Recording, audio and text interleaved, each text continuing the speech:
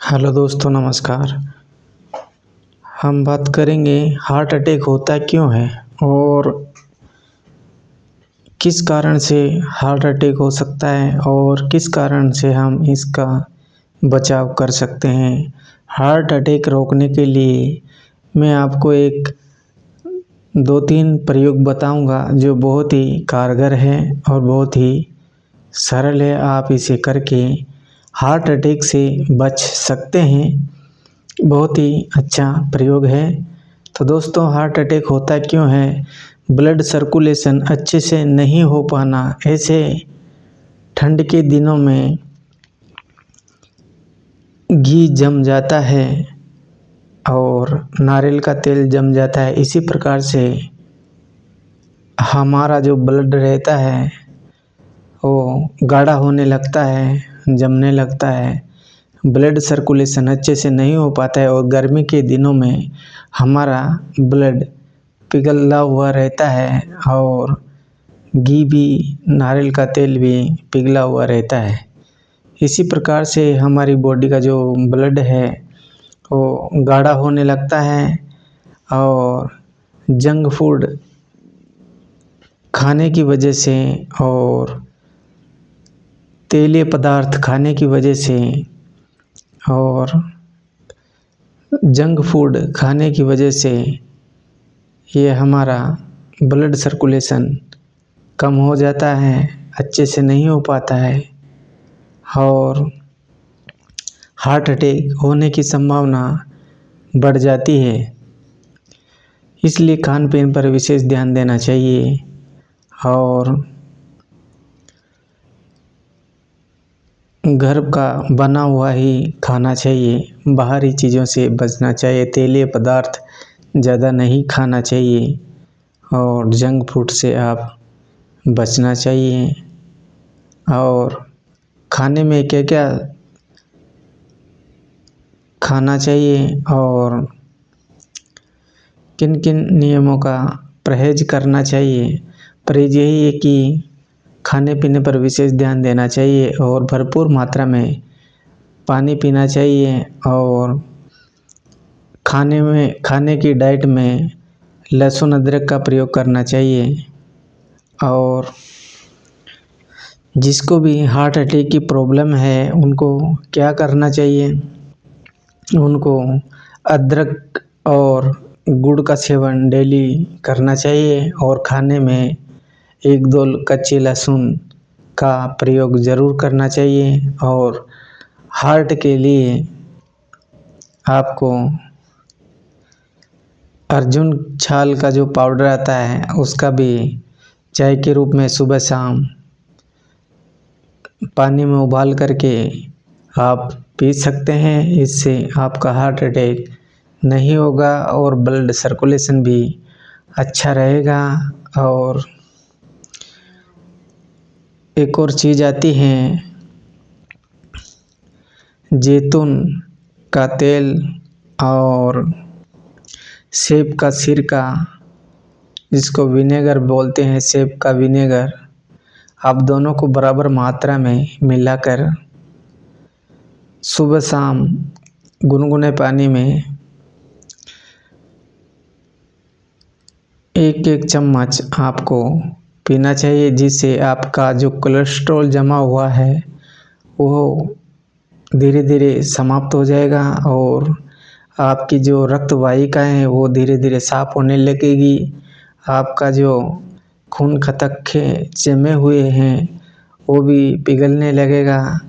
और इस तेल में आप कलौंजी का तेल भी ऐड कर सकते हैं। जैतून का तेल, कलौंजी का तेल और सेब का सिरका विनेगर होता है।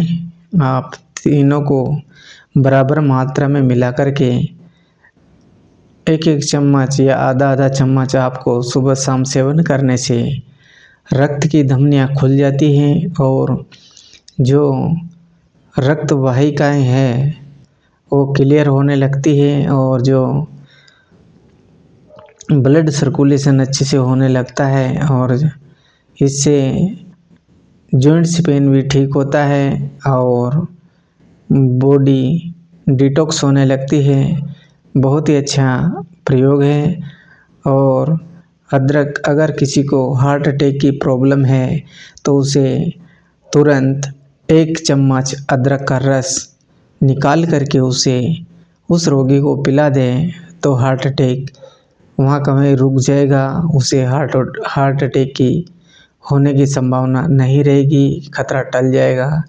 और हरी मिर्च भी आप उसे खिला सकते हैं, लाल मिर्च भी उसे खिला सकते हैं, तो वह हार्ट से बच जाएगा। क्योंकि ये एकदम शरीर में, जब मुंह में आप मिर्ची रखोगे तो एकदम पूरा सिस्टम हिल जाएगा, पूरा शरीर हिल जाएगा और आंसू धांधू होने लगेगा। इसी वजह से ब्लड वापस, जो हार्ट है वो वापस ब्लड को वापस पंपिंग करने लगेगा और पूरी बॉडी में वापस ब्लड सर्कुलेशन सप्लाई होने लगेगा।